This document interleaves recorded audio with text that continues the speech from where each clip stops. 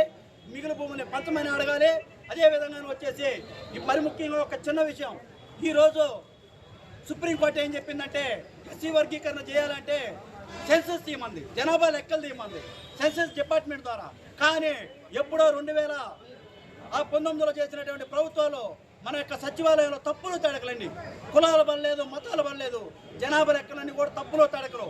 ఇటువంటి తప్పులో తడకల యొక్క నివేదికని ఈ యొక్క ఆర్ఆర్ మిశ్రా గారు ప్రవేశపెట్టి ప్రభుత్వానికి నివేదిస్తే రాష్ట్ర మాల ఉద్యోగ సంఘంగా నీకు నిజమైన ప్రేమ ఉంటే పెరిగిన జనాభాకు అనుగుణ రిజర్వేషన్ శాతం 20% పెంచాలి.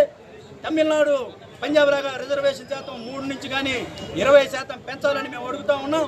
అదేవిధంగా సెన్సస్ తీయకుండా ఈ యొక్క రిజర్వేషన్ వర్గీకరణ చేస్తే తప్పనిసరిగా సుప్రీంకోర్టు తప్పు తట్టి ఈ యొక్క రాష్ట్ర ప్రభుత్వాలకి ముట్టికాయలు వేపిస్తామని తెలియజేస్తా ఉన్నాం. Thank you.